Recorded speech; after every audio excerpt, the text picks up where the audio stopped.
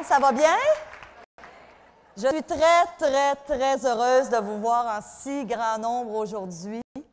Alors écoutez, on va avoir une belle heure et quart ensemble pour apprendre à mieux vivre avec le stress, mais aussi avec nos émotions. Alors, on commence tout de suite avec une question, parce qu'en bonne professeure que je suis, j'aime ça poser des questions. Y a-t-il des gens qui vivent du stress à l'occasion ici? On lève la main? J'ai bien dit à l'occasion. On baisse la main. Y en a-tu qui en vivent tout le temps? On lève la main.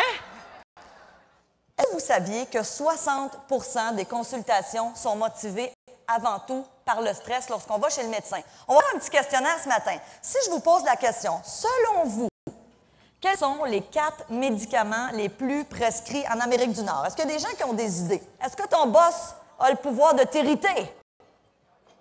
Est-ce que votre mari, mesdames, puis pour messieurs, vos femmes, ils ont-ils le pouvoir de nous mettre en maudit des fois? Oui! Alors, ceux qui pensent que les émotions viennent des gens qui nous entourent, on se lève.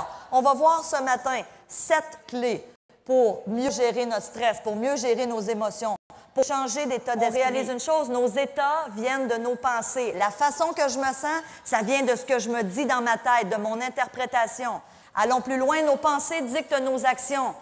Donc, si je suis très stressée, si je vis beaucoup de colère, beaucoup de culpabilité ou n'importe quelle émotion désagréable, ça a un impact sur mes comportements, ça a un impact sur ma façon d'agir. On est-tu d'accord avec ça? On sait que lorsqu'on active la reconnaissance volontairement, donc juste à repenser aux choses pour lesquelles je suis reconnaissant, ça modifie immédiatement le rythme cardiaque. C'est quand même puissant.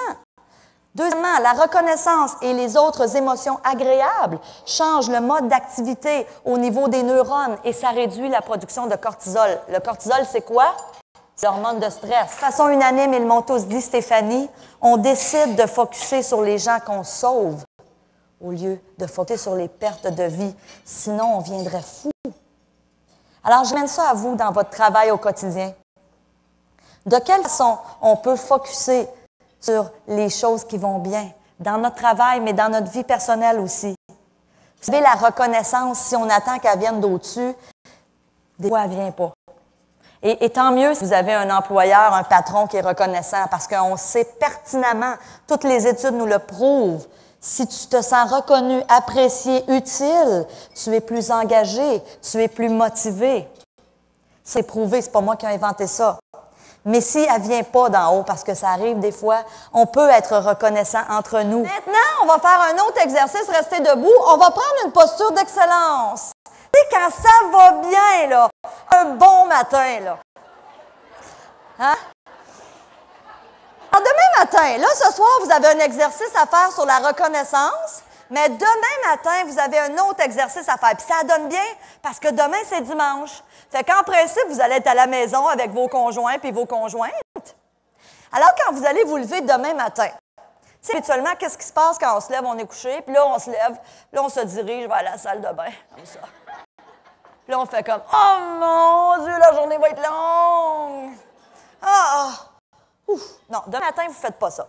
Demain matin, vous êtes couché dans votre lit, et là, vous ouvrez les yeux puis vous pensez à Stéphanie. Là, vous dites « Qu'est-ce qu'elle m'a dit de faire comme exercice? » Ah oui, c'est vrai.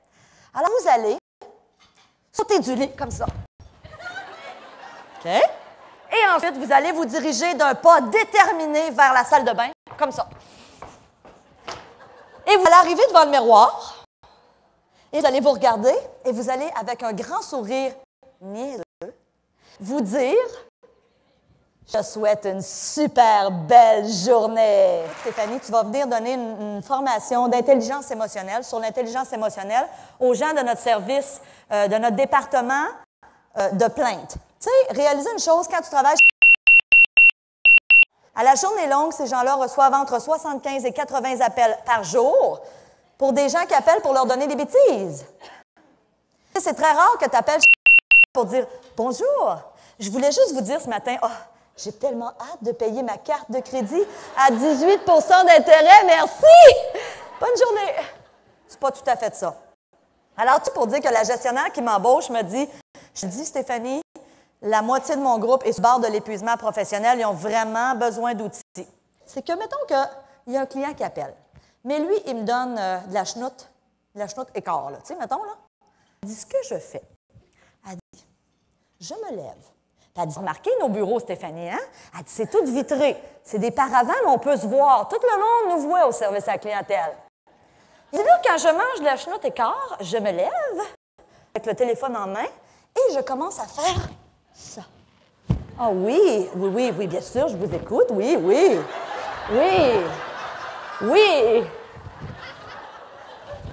Oui, ah d'accord, oui. Et il se passe deux affaires.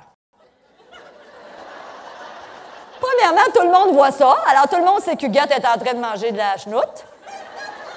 Et là, tous ses collègues sont comme... Lâche pas, Huguette, hey, c'est bon, regarde, Huguette, elle mange de la chenoute. Mais Huguette, qu'est-ce qu'elle fait? Elle laisse son client ventiler. Elle est très empathique. Imaginez, là, Huguette, là, 52 ans, le tailleur bien aimé. Tu peux pas imaginer qu'elle fait ça, là. Et elle fait ça.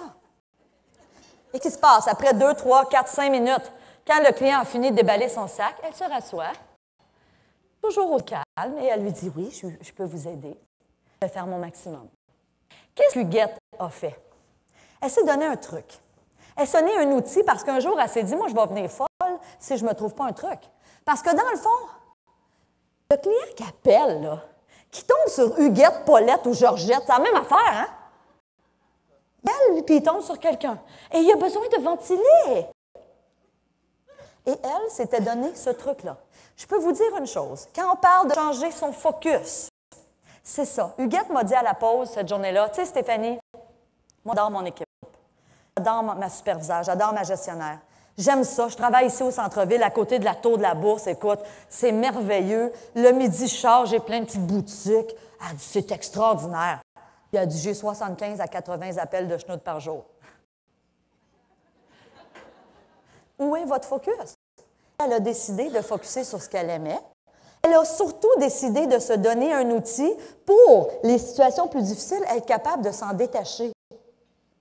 Alors, quand je vous parle de changer votre focus, j'attire votre attention. Posez-vous toujours la question, est-ce que je suis en train de focusser sur les petites affaires qui vont mal puis que j'aime pas ou sur ce qui va bien? Quand je travaillais dans la vente, les derniers mois, j'étais tannée. Et je m'appelle, j'avais développé un réflexe qui était très malsain. Je focusais sur les clients que je n'aimais pas. Genre, le client de 8h10 le matin, là, qui m'énervait, j'arrivais le soir, puis il en parlait à mon chum. « Hey, attends que je te compte ma journée, toi. Hein? 15 clients, 14, ça a super bien été, mais écoute mon client de 8h10 ce matin. Ah! Cœur, hein? Juste vous laisser en vous disant, premièrement, merci beaucoup. Merci de votre grande participation. Merci de votre accueil. Vous êtes un groupe hyper chaleureux. Et j'ai envie de venir en vous disant, je vous souhaite une super belle journée.